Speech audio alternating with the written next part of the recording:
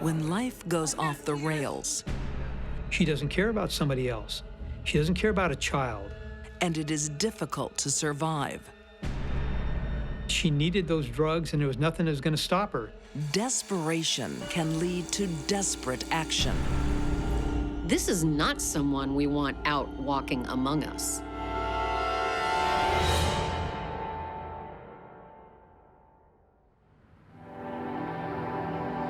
In 1988, on the dark streets of Anaheim, California, a teenage girl is desperate for cash to feed a habit. Rosie used heroin. She used whatever she could get her hands on. Rosie Alfaro's traumatic life has left her scarred. She began using drugs at an early age. She was turned out as a prostitute at the age of 14, constantly running away from home. Rosie's family feels powerless to help. Her mother indicated that she would see her loaded, see her with the drug use when she would come to visit her, but there was nothing she could do. By 18, Rosie has a son, but nowhere to live. The family of a school friend, 18-year-old April Wallace, takes them in. She has a 9-year-old sister, Autumn, who loves having an extended family, but the rest of the household doesn't.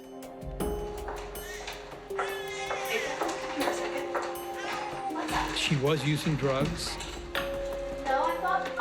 and the people that she hung around were drug users. Rosie, have you fed Maddie? No, I haven't had time. Can't you do it? That's just not good enough. I said that you could stay with us if you helped around the place that you want. And where are you going? You should be at home resting. No, I've just got to meet some friends. Despite the generosity of the family, Rosie doesn't settle down. She passed her time during the day trying to find things that would bring her money so she could buy drugs. She can't stay here if she goes on like that. She's told to leave, but it won't be the last time Rosie visits the Wallaces.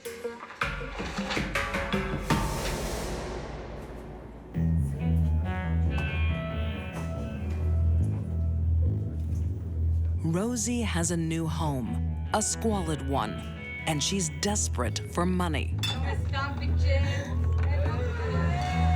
She's living near Disneyland, and it was in a kind of a rundown area with a bunch of junkies. Drugs and alcohol in the human body reduce inhibitions. And sometimes when people are high on either one of those things, or both, they will do things that they never would have even considered in their clean and sober moments. Well, did you get any? No, he said no more credit. I can't. I'm coming down now. No money, no way. One day on June 15th, 1990, cold-hearted Rosie will do anything to get high. Wait. I know where we can get some stuff to sell. In the past, she sold her body.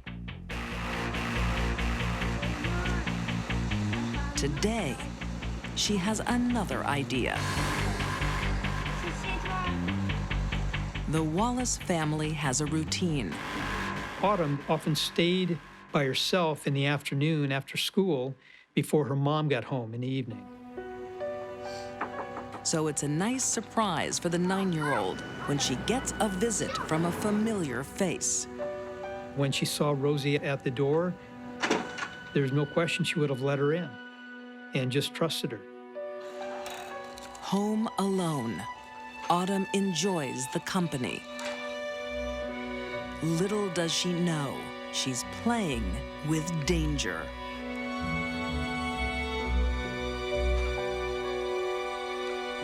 She needed those drugs, and there was nothing that was going to stop her. I'm just going to the bathroom, okay? Okay.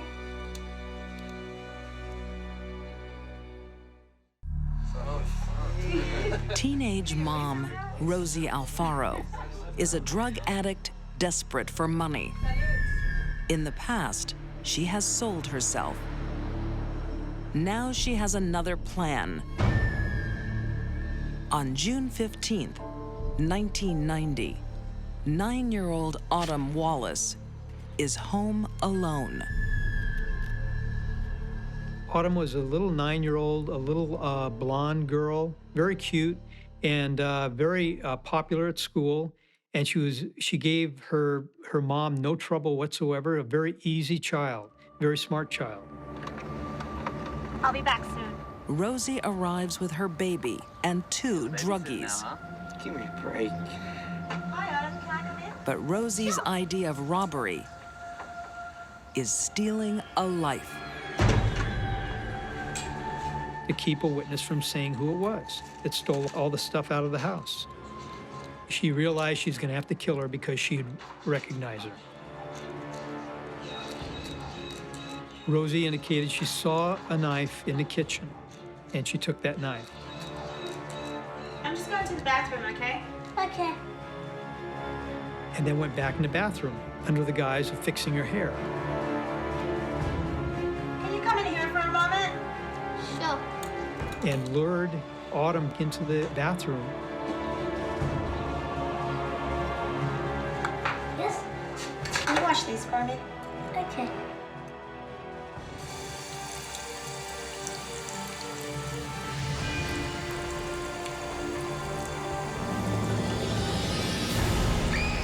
She stabbed her repeatedly, over 50 times.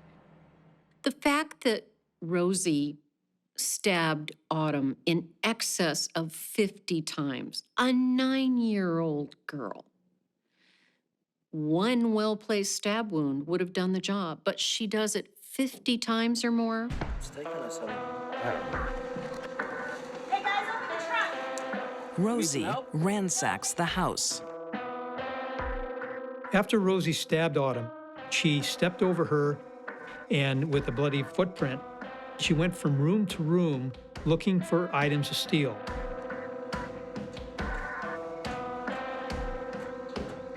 Leaving that little boy, that toddler, in the front of that house while she's in there brutally killing an 8-year-old girl, it's just unimaginable for a mother to be able to do that. 2 hours later, a hard-working mom's life turns upside down.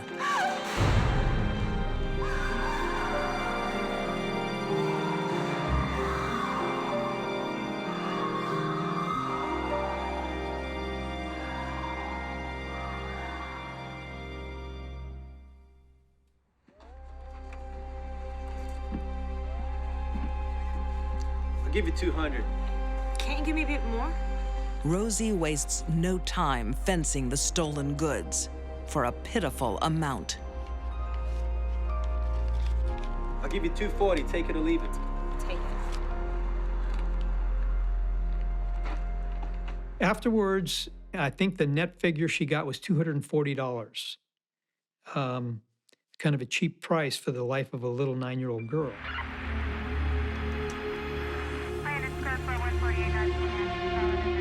Cash in hand, Rosie returns to the scene of her crime. I'm a friend of April's. Can I speak with her? No, ma'am, that's not possible. Often killers return to the scene of the crime. Be sure to pass it on. There's a variety of different reasons they do this. Sometimes it's to view the body. Sometimes it's to remove evidence they may have left. Sometimes it's for kicks. It turns them on. Rosie returning to the scene of the crime put her right into the center of the investigation. And she's made another mistake. She leaves a bloody footprint. There's only one footprint in blood near the body. So there was a lack of any other footprints. The police officer remembers the suspicious teenager on the night of the murder. They track Rosie down. And that bloody shoe print, they had something concrete to go on. They found the shoes in where she was living and matched the shoe print too. So Rosie did herself in as far as getting caught for that crime. In 1992, Rosie Alfaro is convicted of first-degree murder and is condemned to die. She had no feelings for what she had done to another human being, especially a young child, and especially being a mother herself. It's very disturbing, very disturbing. Rosie chooses drugs over a child's life and has never said sorry. Rosie is a sociopath, and she has no empathy for other human beings. And it would help explain why she was able to, number one, murder her friend's little sister in such a horrible way, and number two, have no remorse about it. She remains on death row in the Central California Women's Facility. This is not someone we want out walking among us.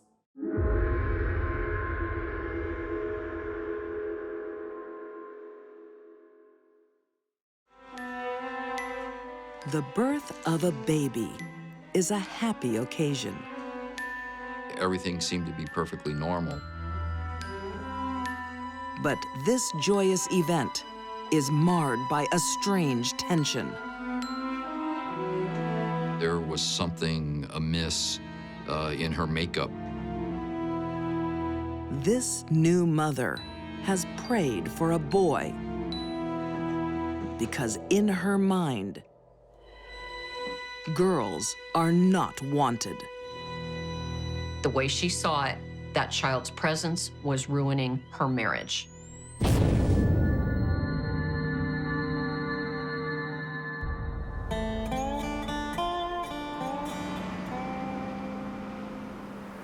The town of Brighton, Illinois, 1981. Young Paula Sims sets up house with her new husband, Rob. They seem like an average working-class couple. A factory worker and his wife trying to get a piece of the American dream, buying a house, having a family, and it all sounded perfectly normal. 5 years later, there is a problem. It should be a happy occasion. The birth of their daughter, Lorelei. But Robert senses something wrong. Paula was heard early after the delivery of Lorelei, in essence, apologizing to Robert. Way to go. Sorry. Paula has her heart set on a boy. But we wanted a boy. You got a girl. There's no joy for this first-time mom. She had a girl instead of a boy. This caused Paula to have serious postpartum depression, accompanied by high anxiety. This is a clinical chemical imbalance that comes over them. Women that are clinically depressed, postpartum depression, should not be taking care of their babies alone.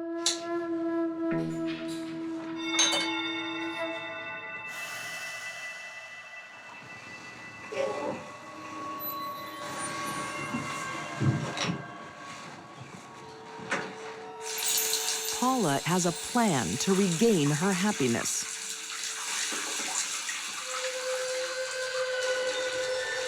A plan that requires a heart of stone. Even though Paula loved her baby girl, she saw only one answer to her problem. And it was to eliminate the source of the pain. Tonight in the Sims house, bath time is going to be different. No girls allowed.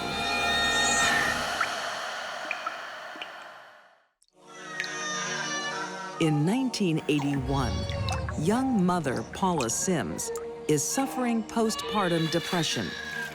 She can't cope and has an unthinkable solution.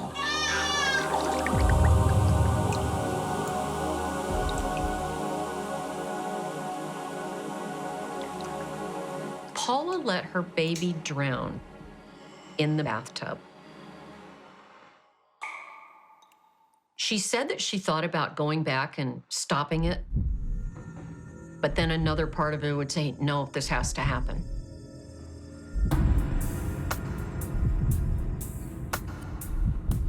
She was apparently very, very conflicted about killing this child. Nevertheless, she did it.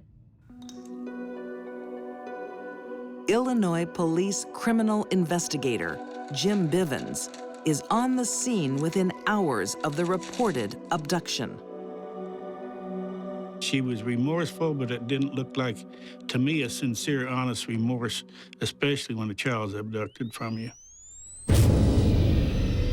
But what's the motive for abducting a tiny baby?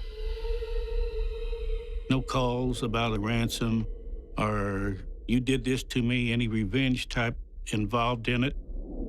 It got to the point with just the way things were, we figured we'd better start searching right at the house. It didn't take long. Just 100 yards from the house, they find the tiny remains of baby Lorelei. With no witnesses, no evidence, no arrest is made. Shortly after the body was found, the Simses left the house and never returned, except to move their belongings after they sold the house.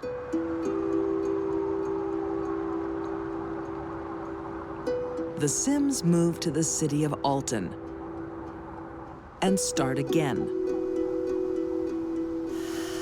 They soon have another child, a boy.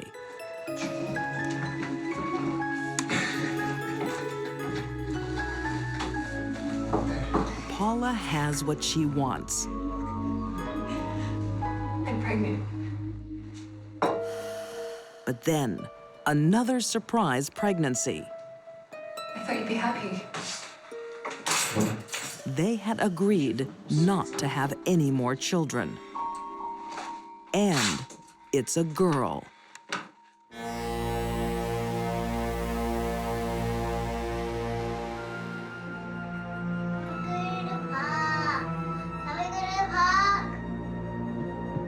By the spring of 1989, the pressure of coping with 2 young children is too much for unstable Paula.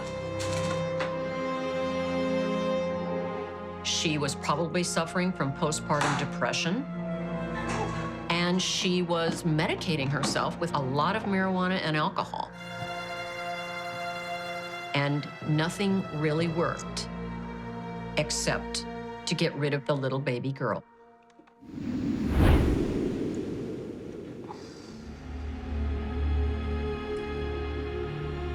Tonight, there will be no bedtime stories in the Sims home.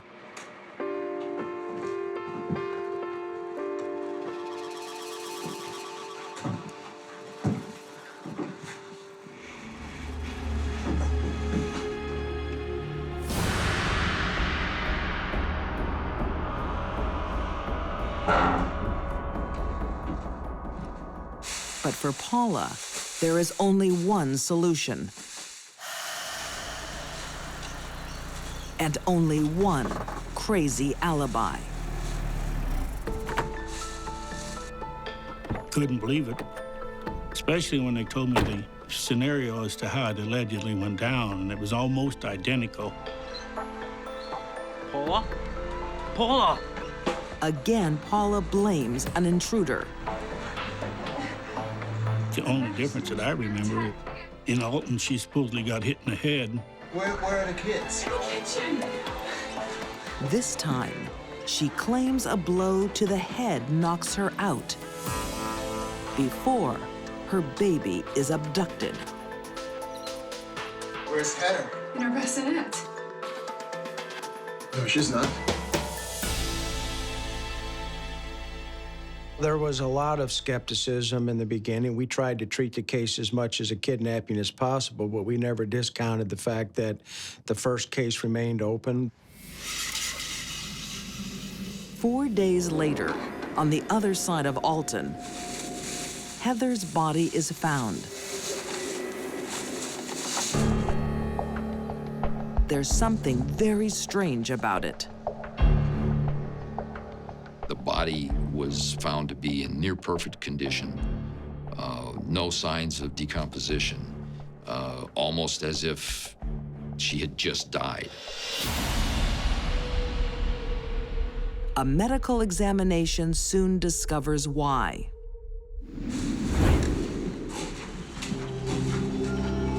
The body had been frozen over some extended period. Paula has failed to fool police that her baby has been held captive for days. And an everyday trash bag will be her downfall.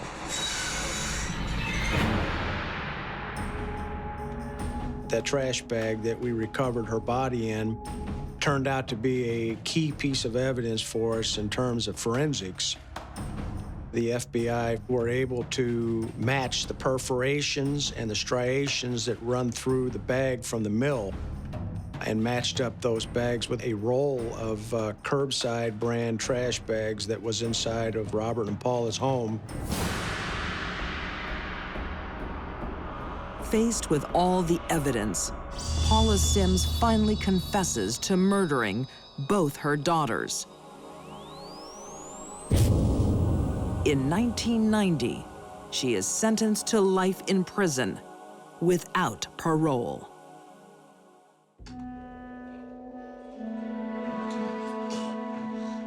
No one can ever understand why a mother would kill one of their children, let alone two. Paula is not dangerous to the general population walking around, living their lives. Paula was only dangerous to her girl children.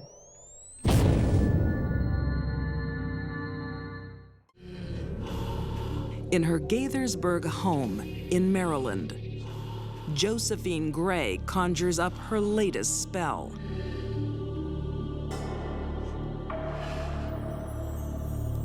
She believed she had special powers, and she made other people believe it as well.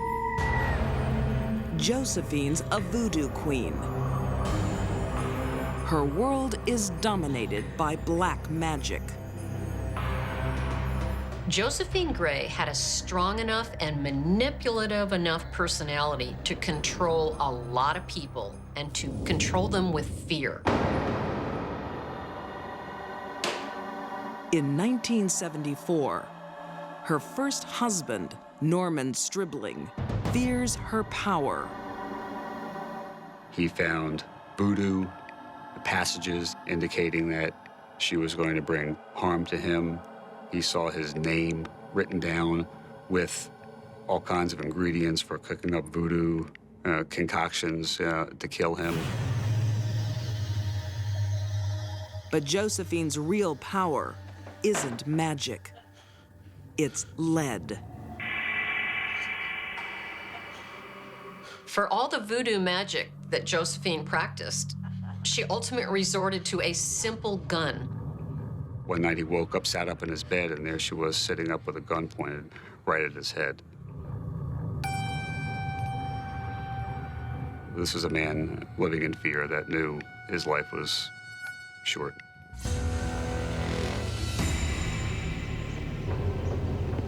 Norman's worst fears soon come true. He was found along a road in the early morning hours, and he was shot in the head. Clear homicide. Ooh, we can pay down cash on that condo. Love it. Norman's murder gives Josephine a handsome life insurance payout. Enough for a new beginning with her secret lover, Robert Gray. Josephine liked to control men. The pattern shows that when men were no longer enamored with her, she would move on. The original investigation back then clearly pointed to Josephine Gray. Whether she actually pulled the trigger, I don't know, but I think she was there. Josephine isn't charged. No one is. There's not enough evidence, and potential witnesses won't help the police. The witnesses were definitely afraid of her. Some of the family members believed in voodoo and her voodoo power. They were afraid of her and of retribution by her. Robert and Josephine stay together for 16 years.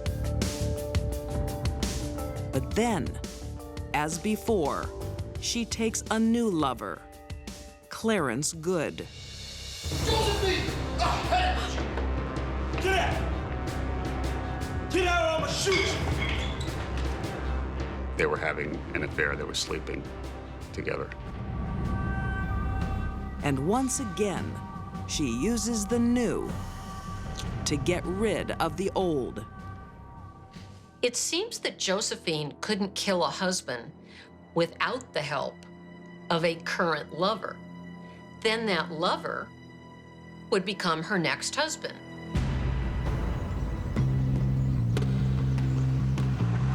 Robert was driving down the road. They pulled up alongside of him, and Clarence was like hiding in the seat. And then when he pulled up, he pointed a gun at Robert, and Robert, slammed on the brakes and turned the car around and, to get away from them.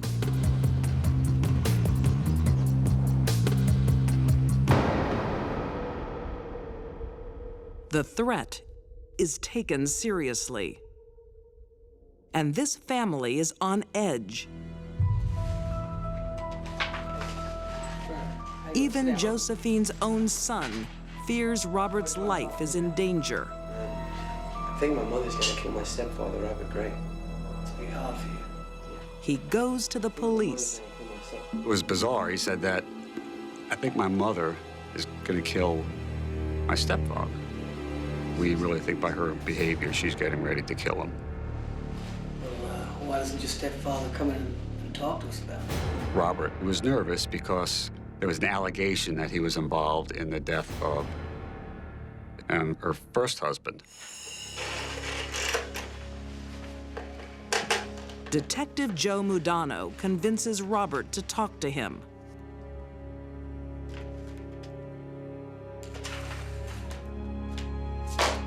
Mudano. I want to come and talk to you guys. When I spoke to him, he, to me, appeared to be a nervous wreck. Scared of her. Okay, fair enough.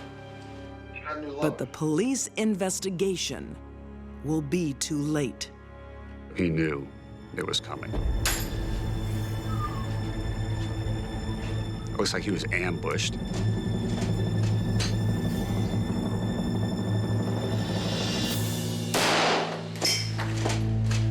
They came home after work, and somebody was hiding in one of the bedrooms and just shot him with a .45 caliber gun. Two of Josephine's husbands are murdered in cold blood. But the police still don't have enough evidence to build a case. I felt, bad about this. She was the obvious suspect. I do my job because I don't like people that kill other people, hurt other people. My job is to make the streets safe for people. This voodoo queen is far from finished with love or death. Now, whatever made those men feel safe with Josephine is beyond me. No one was safe when Josephine was around. No one.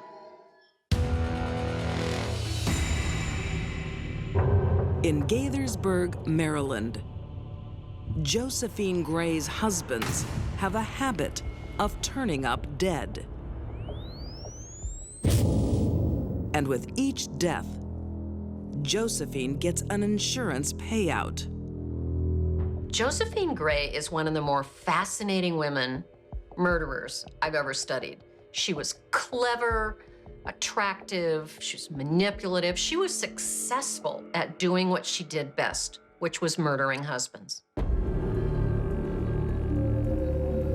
Many in her family believe she is the killer.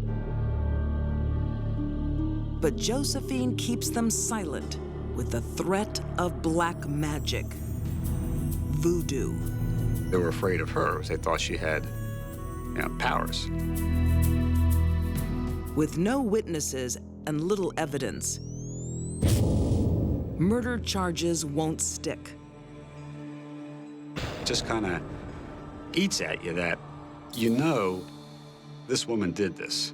It's obvious. Everyone in her family knew she did it. We knew she did it. Detective Mudano, determined to break the case, appeals to the next potential victim, Josephine's latest lover, Clarence. What makes you think you're so special? We talked to Clarence and said, look at the first two husbands. When the relationships went sour or she met somebody else, look at their fate. What makes you think that you're so special? And he didn't want to hear any of that. 6 years later, in 1996, Yeah, that's Clarence. the prediction comes true. It seems that every man that got involved with Josephine ended up on the wrong side of a gun. Her third partner and a third insurance payout. It isn't right, that these three guys are dead. They knew they were going to get it and told everyone they were going to get it, and we can't do anything about it. Frustrated, but not defeated, Detective Mudano has an idea. If state authorities can't do anything, maybe federal authorities can. It's not typical for the United States to get involved in state murder prosecutions. And the trick was figuring out what federal crime had been committed, as there's not a general federal murder statute. Assistant U.S. Attorney Sandra Wilkinson makes an incredible discovery. The key to catching Josephine is not murder, but fraud. I began looking at the reason why she murdered Norman, why she would have murdered Robert, and why she murdered Clarence. And the first place I looked was to determine if there were insurance policies on their lives, and there was. This is good. Now a fraud prosecution will become a de facto murder trial. We had to prove a fraud theory under something called the Slayer's Rule. The Slayer's Rule is a law that makes it illegal to receive an insurance payout if you cause the claim. For example, if you burned down your car and then submitted an application to get your car insurance because your car was burned down and you did the arson, you can't get paid for that. If they can prove Josephine kills her husbands and lover to claim their life insurance, she can be convicted. Okay, Andre, we believe that Josephine killed her first two husbands. To help build the case, Detective Mudano works on Josephine's latest lover, Andre. Well, she told me she did. He finally admitted to us that she told him that she had killed her other husbands. He also admitted that he had seen her with this .45 caliber gun. Were you also aware that she took out a life insurance policy on you? We also told him, did you know that she was trying to take a life insurance policy out on you, which he had no idea.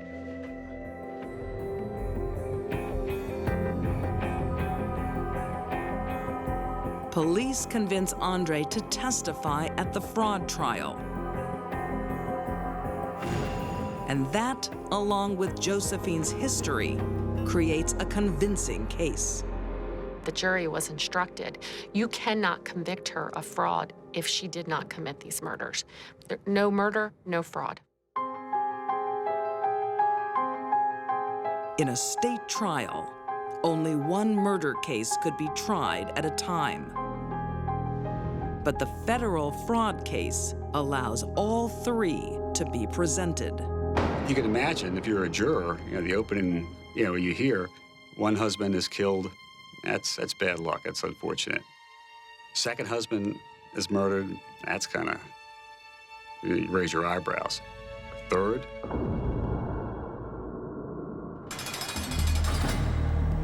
In 2002, the jury finds Josephine Gray guilty of all 8 counts of fraud.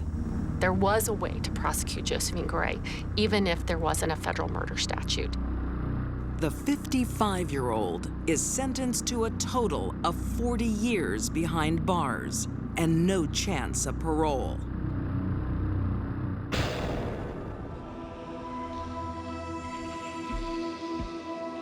I think Josephine Gray is an evil person.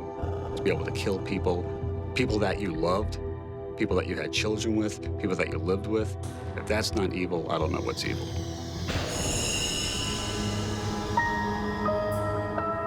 Almost 30 years after her first husband's murder, Josephine Gray finally gets her punishment. Josephine probably thought she would never get caught. Had it not been for the tenacious behavior of the detective working this case, she might still be out there killing men today. I was perfectly satisfied, but it just meant that she was going to probably die in prison. An eccentric millionaire is found dead in his home. Bound, gagged, tied up with dog leashes. The scene reeks of hard drugs and bondage.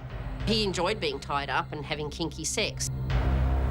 But this is no kinky sex game gone wrong. It's a cold-blooded, half-baked murder.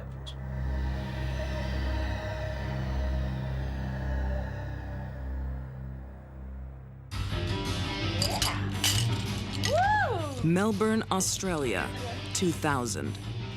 2 seemingly mismatched people take a shine to each other. 33-year-old Shirley Withers is a bookkeeper. Not the type you'd expect to attract a playboy.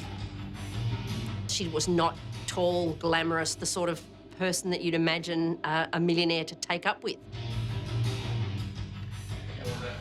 51-year-old divorcee Peter Shellard is a multi-millionaire property developer and luxury car dealer.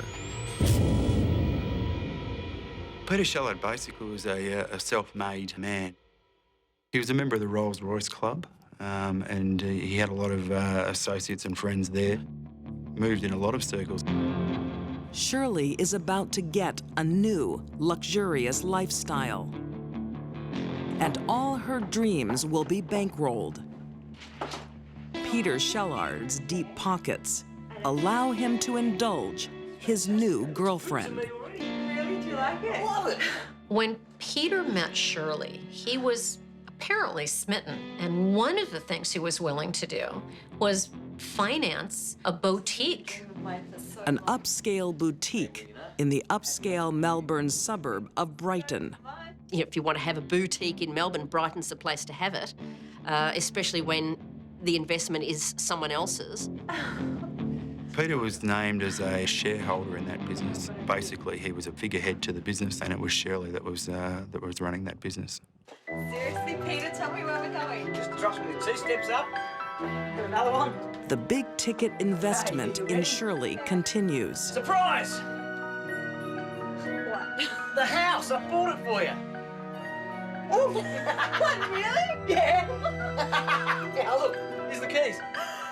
you really buy this for me?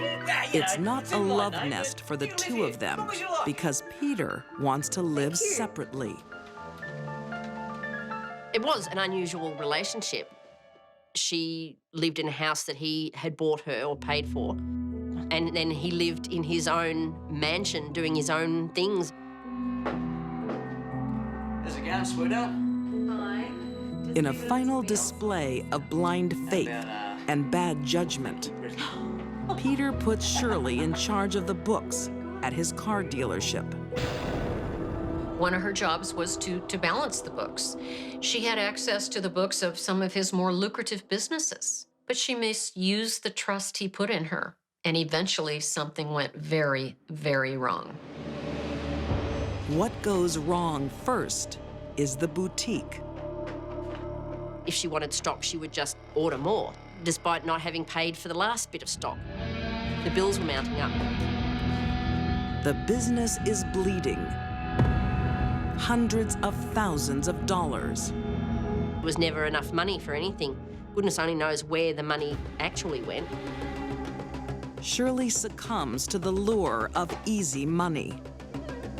And as a consequence of being such a bad businesswoman, Shirley, who was still doing the books for Peter, was writing cheques to herself on his bank accounts. We estimate that she received about $900,000 in cash from that bank in her hand. Stealing that much money doesn't go unnoticed for very long. Peter doesn't call in the police, but his accountant. His accountant was very clear and said, look, you know, if you pursue this, Shirley Withers will be charged by the police. Peter Shellard said he was prepared to do that. He was going to go back and confront Shirley Withers about these monies. Shirley, you've been cashing my checks, haven't you? No, What about the cost of my credit card? I don't know anything about that. I'm talking to the bank, Shirley. There's a lot of money missing, and I bet I know where it's gone. Shirley's gravy train looks like it's leaving without her. And that was just not quite what Shirley had in mind. It's early May in Melbourne, Australia, 2005. Shirley Withers is robbing Peter Shellard, her millionaire boyfriend, to pay for her debts. Peter had been very good to Shirley. He gave her a lot of money to start a business. She stole his credit cards and his checking account. And she's been caught. It's quite a bizarre thing because at no stage did she seem worried about the police. She just thought she was going to lose her quite lucrative meal ticket and that he would take away her home, her boutique. But Shirley's not going to let that happen. She befriends a couple, a world away from her high society life. Drug addict Stan Kolonikas and his girlfriend Sophie Stupas. Shirley sought them out. She befriended them. She gave them thousands of dollars worth of cash. She was wooing them, hoping to get a couple of allies in Sophie and Stan. He ties me up and... Shirley tells the couple tall tales about Peter. She claims he is into kinky sex. Somebody should do those things to him. And is abusing her. Shirley admitted to her new friends that her super rich boyfriend would make her do things, that he would tie her up and force her to have sex in bondage positions. And Shirley didn't like it. No dramas. Whatever you want. Whatever you want.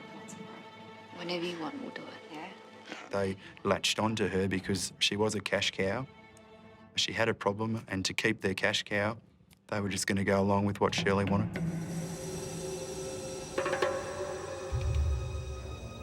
Late Friday night, May 6th, 2005.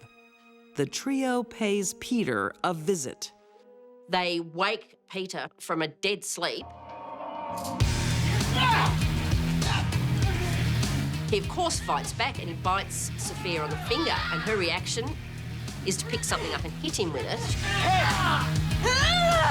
Peter Shellard had received a number of lacerations and cuts to the head, and that had caused a bleed to his brain. Further to that, he'd received a black eye, numerous injuries, defensive-type injuries to his forearm. He had other injuries where restraints had been placed on him. Cousin! They dragged him onto the floor and they trussed him up like a pig. If he was conscious at all, it would have been terrifying. Next, Shirley injects him with heroin to try and make it look like an overdose. And gives a shot to poor Peter, who's still semi-conscious on the floor. Then they give Peter another dangerous drug. This one is a suppository. OxyContin is a very powerful synthetic narcotic pain reliever, and it is highly addicting. It's a bad mix with heroin, especially for Peter, who has a weak heart. Shirley knew all this about Peter. She knew that he had a heart condition. Peter's left to die alone, while Shirley and her accomplices celebrate pulling off the perfect crime. It looks like Peter has died after a night of kinky sex and drugs gone wrong. Almost 12 hours later, Shirley calls the police. Help me! Help! She appeared genuinely upset about what she had found. We had no concerns about her behaviour. That's what we expected, someone who finds their partner dead in a room. But if Peter has died from a rough sex game, who is his partner? Shirley denies it is her. And then in a fingerprint sweep, police find a potential suspect, a heroin addict with a criminal record. That fingerprint came back as being one left by Sophia Stupas. So at this point, we believe that Sophia was involved in Peter Shellard's death. And because Sophia was, we believed that Stan would be there as well. And so, of course, they came clean. We were there purely because Shirley asked us to help her teach this man a lesson. The police believe the addict's story, but need more evidence. So they launch an audacious undercover sting operation with a fake hitman. All right, well, I need photos of them, and I need their address. I can get you the address. Okay, what do An undercover policeman contacts Shirley and offers his services. Do we put him in hospital? Shirley Withers told the undercover police officer that she wanted two people that she knew who had killed her partner, Peter. I want them dead. Okay. She wanted them dead. Money. I got the money. It's my belief that she wanted them dead so that no one else knew of her involvement in his death. Shirley's arrested and charged with her boyfriend's murder and 2 counts of incitement to murder her accomplices. Stanley Kolonikas and Sophie Stupas plead guilty to manslaughter and receive 6 years in jail. In 2007, Shirley chooses to go to trial. She was convicted for the murder of Peter Shellard, and also she pleaded guilty to the 2 incitements. She received a sentence of 26 years jail. In a subsequent appeal, Shirley convinces a judge that she didn't mean to kill Peter, only teach him a lesson. For some bizarre reason, her charge was changed to manslaughter on the grounds that she would have had no way of knowing how much heroin would be required to kill him.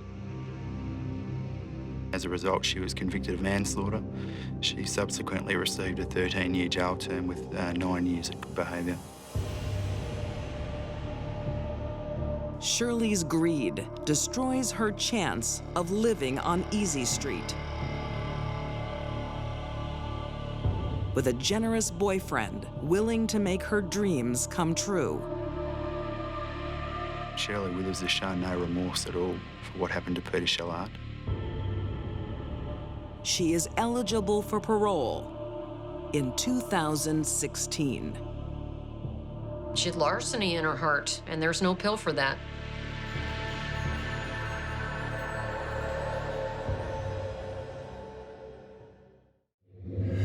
Sometimes love is all-consuming. Alice felt no shame. She wanted the world to know how she felt. Sometimes it is forbidden. That was the beginning of the real problem. When it is both, it can be lethal. If I can't have you, no one can. The only way to stop the pain was to stop the source of the pain.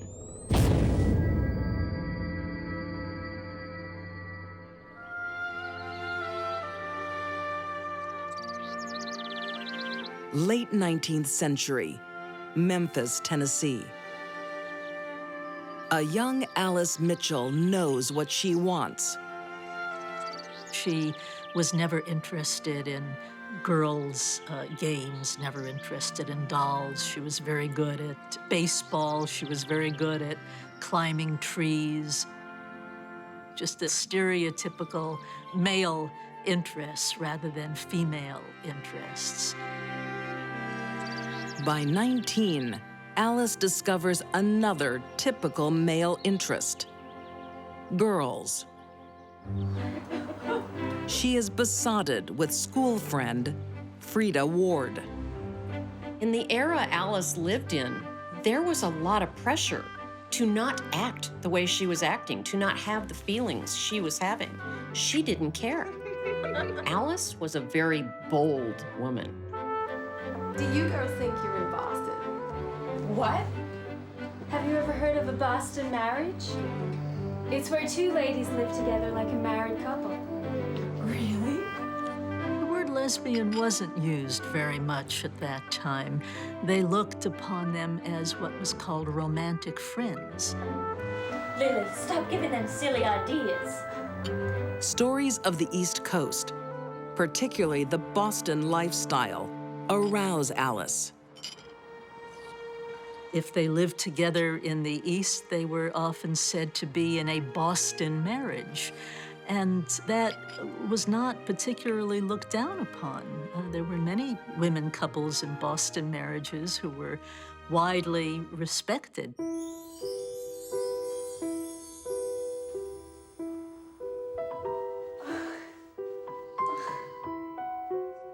Do you like it?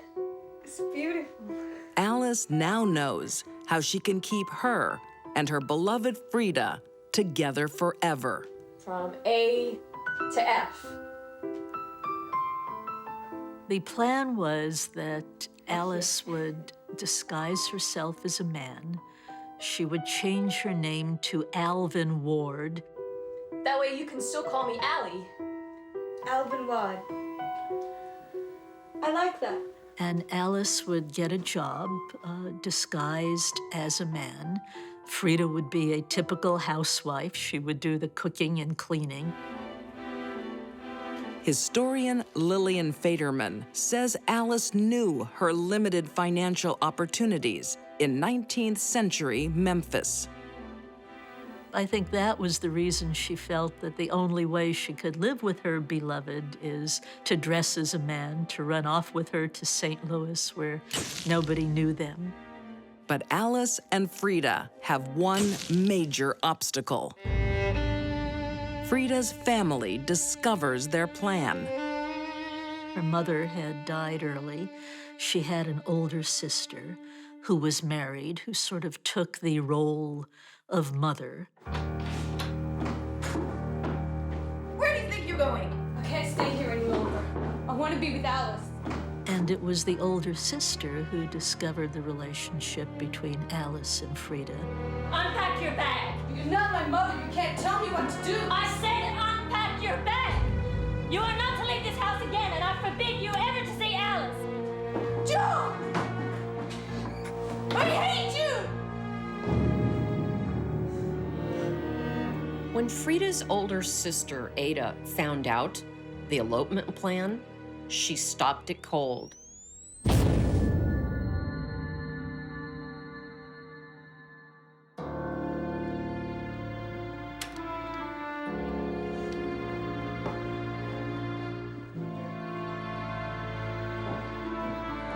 Hoping to suffocate the girl's love, Ada moves the family away from Memphis and Alice.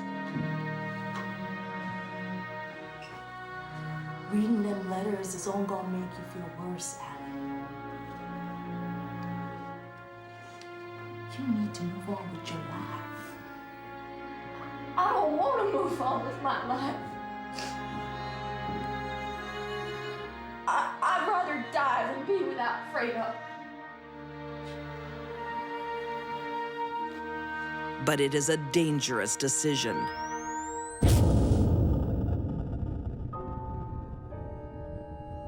When Frida moved away from Alice for 6 months, this didn't quell Alice's affection. It made it grow into an obsession.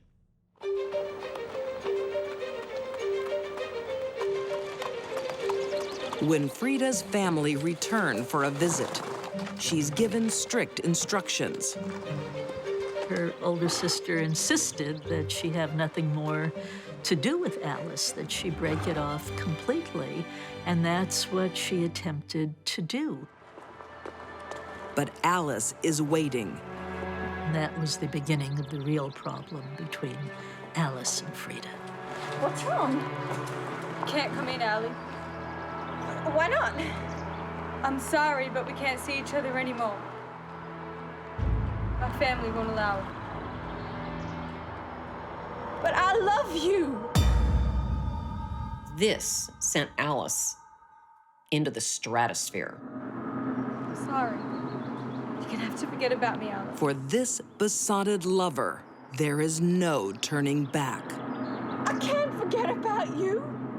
Once she understood that Frida would not go off with her and live with her as man and wife, she rather lost it. If I can't have you, no one can. Sorry. If she couldn't have Frida, nobody would have her.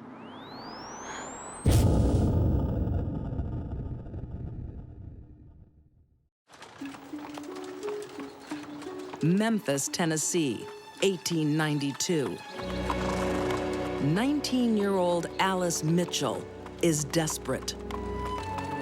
She is losing her beloved, Frida Ward. Pull up, driver. She should come out soon. Alice was suffering from so much mental anguish and mental pain at the thought of losing Frida forever, she could not tolerate it. Frida has left town, but comes home for a visit. Alice sees an opportunity. Alice simply could not handle the pain of not having Frida for herself.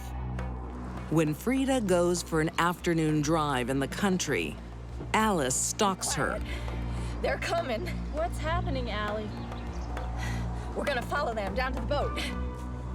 She enlists the help of good friend, Go, driver. 20-year-old Lily Johnson.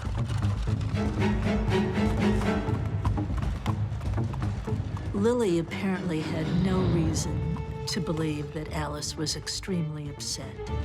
This is a bad idea, Allie. We should not be following them.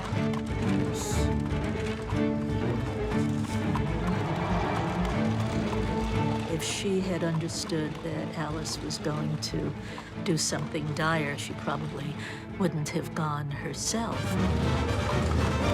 Alice's problem wasn't simply Frida. Alice would have had a problem with any woman that she fell in love with. that didn't love her back.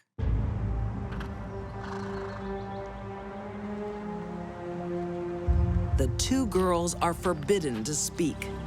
Alice had a possessive personality.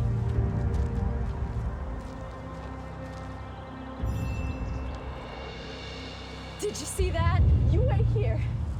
A crazy idea forms in Alice's mind that Frida wants to be with her, whatever the price. She parked the buggy at a place where Lily could not see exactly what was going on. The only way to stop the pain was to stop the source of the pain.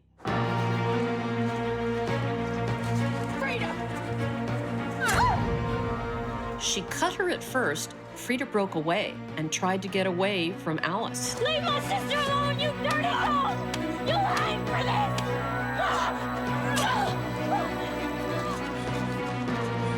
Frida! And then Alice, knowing that she had only one more chance, caught up with Frida, grabbed her by the hair, pulled her head back, exposing her neck, and sliced her throat from ear to ear. Alice is counting on a quick death, but she hasn't done a good job. An individual who has been cut from ear to ear will not die instantly. This would be terrifying. This would be excruciating. Alice loves Frida to death. Alice actually said if she couldn't have Frida, then nobody would have her. I think that was why Alice killed her.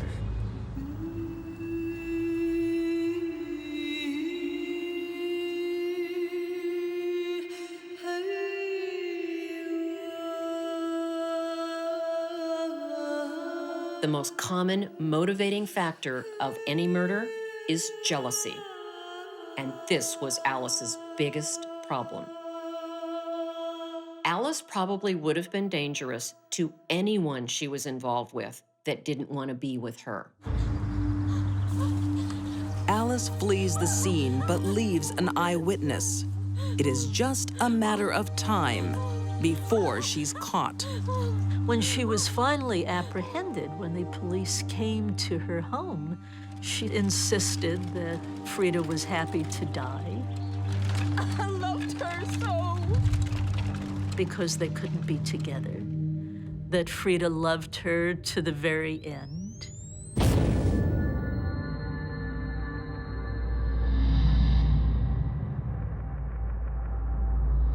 She said that she was very willing to die, that she didn't want to live without Frida.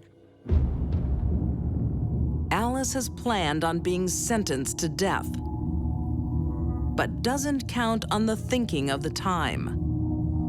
Her lesbian desires are seen as a mental illness, and she's declared insane. The entire concept that Alice was insane had much more to do with the social norms of the day, that only a crazy person would fall in love with someone of the same gender. That's the way things were 110 years ago. July 8, 1892. Alice is committed to the Tennessee State Insane Asylum. 8 years later, she dies in custody. According to some, of a broken heart. Official cause of death, according to the insane asylum authorities, was consumption. But the rumor went around that it was suicide. Alice felt no shame about her love for Frida. Alice was a very bold woman. She was bold before the murder. She was bold about her motives for killing Frida. She wanted the world to know how she felt.